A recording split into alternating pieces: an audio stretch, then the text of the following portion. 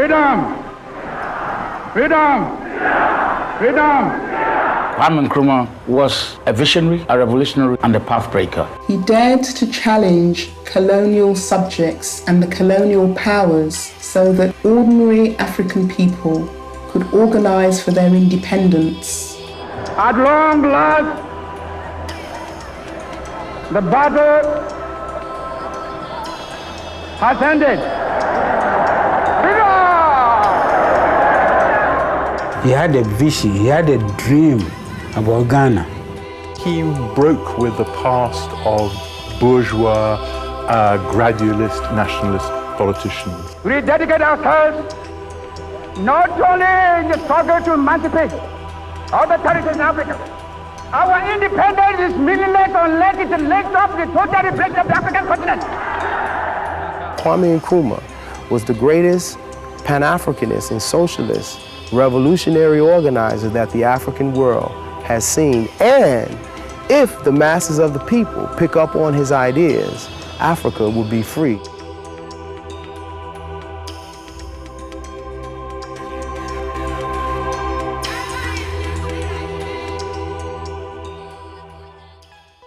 Kwame Nkrumah was born 21st September 1909 in a town called Nkrumah in the western region of Ghana.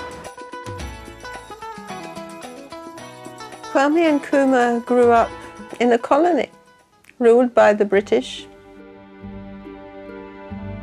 There was a governor general and there was a legislative council dominated by colonial commercial interests. The country existed for the export of raw materials that would serve the industries and economies of European nations. He was born to parents who were not particularly endowed in terms of their wealth. The father was a goldsmith and the mother was a petty trader. He is slightly difficult to pin down. He's an Nzima. His dad comes from the Ivory Coast. His mother comes from just the right side of the Ghanaian border. So he's genuinely on the periphery in ethnic terms. He's on the periphery in class terms. He's on the periphery in that he's Catholic. Experiences of a child growing up in a family such as this one in the colonial era, where the exploitation, the vast exploitation, was done by capitalists from the metropolis, and where citizens were looked down upon in their own surroundings, must have affected him very greatly. His mother, Nyaniba, who he was particularly very close to, was very keen for Nkrumah to receive an education. He also grew up at a time when the Christian churches were trying to make headway there. Almost all the schools that you could attend at that time, and I'm talking of primary schools, there were in the beginning no high schools, were church-run. Nkrumah was a highly affable young man with both his peers and his tutors. However, he was a very serious student. He was very studious, diligent, had a voracious love of reading. And one of his contemporaries by the name of Beverly Carter said that he always used to remember Nkrumah forever reading, engaging in philosophy and debating with fellow colleagues. He was hungry for knowledge. He was searching for knowledge. He was desperately in search of knowledge which was necessary at the time if we were to combat the negative effect of colonialism and racism. Within the Gold Coast and generally West Africa, from the latter quarter of the 19th century, the minority of educated West Africans were pushing and mobilizing, galvanizing for political independence.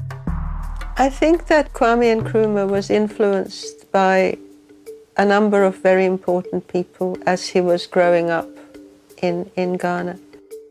There were people like James Eman Agri. Nkrumah says of him in his autobiography that he was a most remarkable man, a man who possessed intense vitality and enthusiasm. And it was through Agri, Nkrumah narrates in his autobiography, that his nationalism was aroused. In a way, Agri mirrored the kind of person Nkrumah wanted to be. He often said I represent Africa. I've never heard of Agri saying, I represent the Gold Coast. He always said, I represent Africa. Even though Nkrumah was not taught formally by Agri, he used to visit Agri at church and listen to his Sunday evening sermons. And it was through his sermons that Nkrumah was profoundly inspired in terms of his commitment and convictions towards Pan-Africanism. The last person was Nnamdi Azikiwe, popularly and affectionately referred to as Zeke. He's one of Nigeria's great nationalists and he was a publisher. He had been a graduate of Lincoln and as a result influenced Nkrumah to go and study abroad. The challenge for Nkrumah to get to the United States of America was basically mainly financial. He didn't have the money. He stowed away on a boat to get to a relative in Nigeria who was quite wealthy because he thought the relative would help. That entailed many risks. Of course, when stowaways are discovered on ships, they kill them and throw them overboard. So it was a big risk that he took. The relative paid for him to go back to the Gold Coast to pick up all his gear and to make final arrangements, paid for him to come to England, and paid for his passage to America.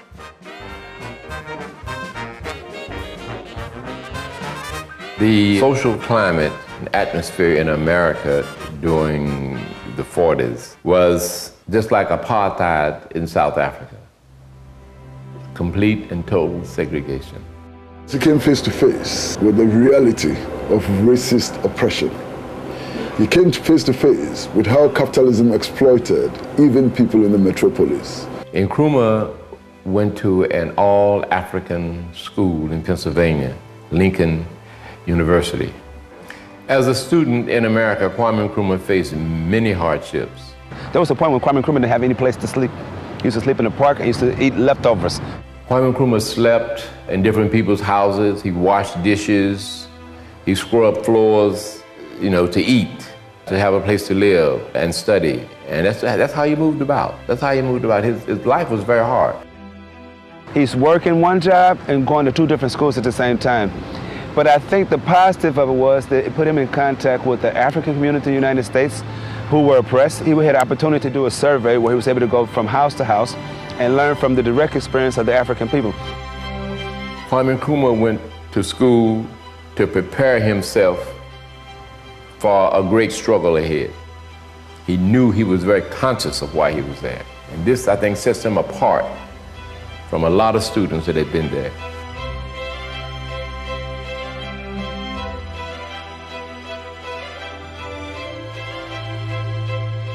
He did enormous amount of reading in his own time. And some of the thinkers that he came across and he remarks in his autobiography are individuals such as Descartes, Schopenhauer, Nietzsche, Marx, and of course the key influential person he mentions that had a major influence upon him was Marcus Garvey.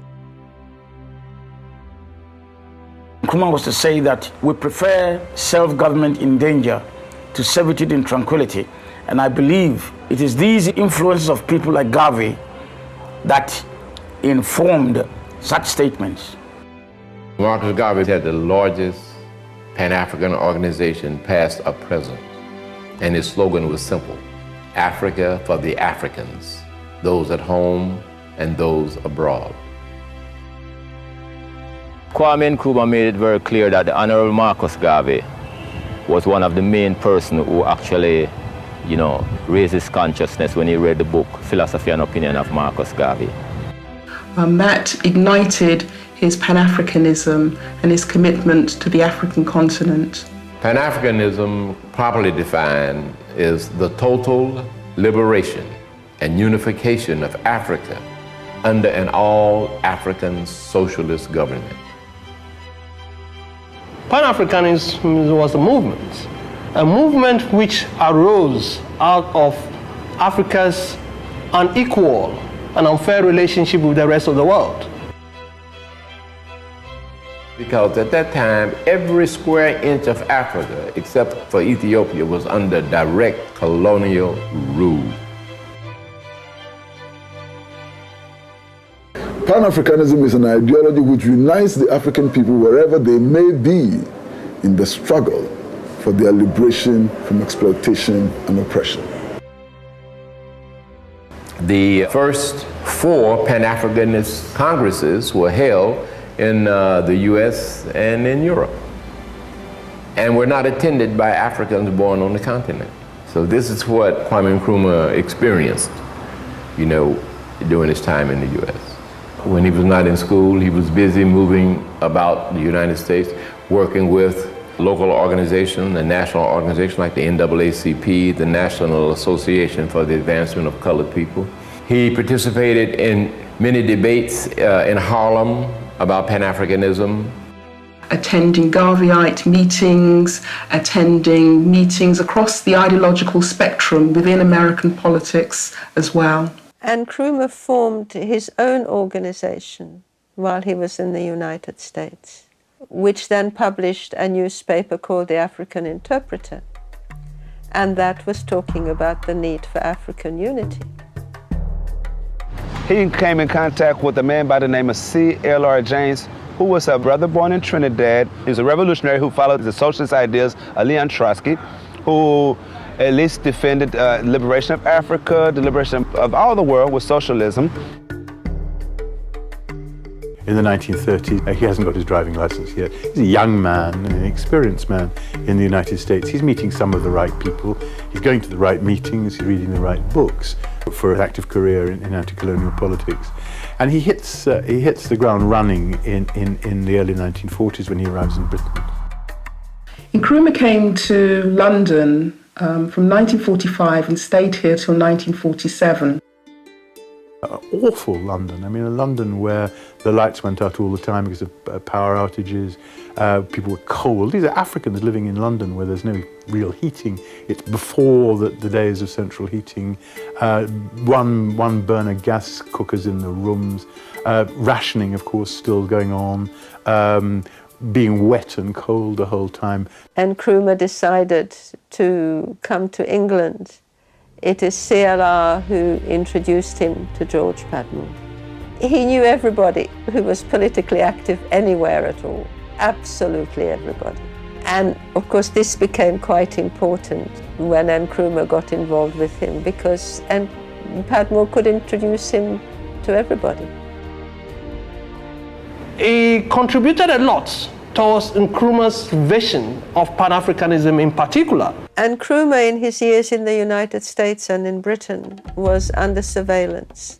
Why would the CIA have had him under surveillance? Well, he was a black man talking about the need for racial equality and against imperialism, which would not have gone unnoticed by the CIA.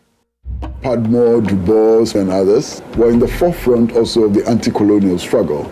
And they were also in the forefront of the struggle for socialism for newly emergent nations in Africa. So when Nkrumah comes here, he is under surveillance. I would imagine from the time he spoke at the Manchester Pan-African Conference in 1945, I think everybody who spoke there was under surveillance. In 1945, there was the 5th Pan-African Congress in Manchester, England, and the significance of this particular Congress is that you had representatives from the African continent there.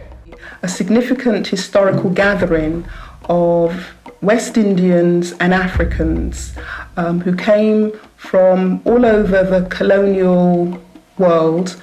Over 200 delegates were represented at the Congress, and they demanded an end to colonial rule.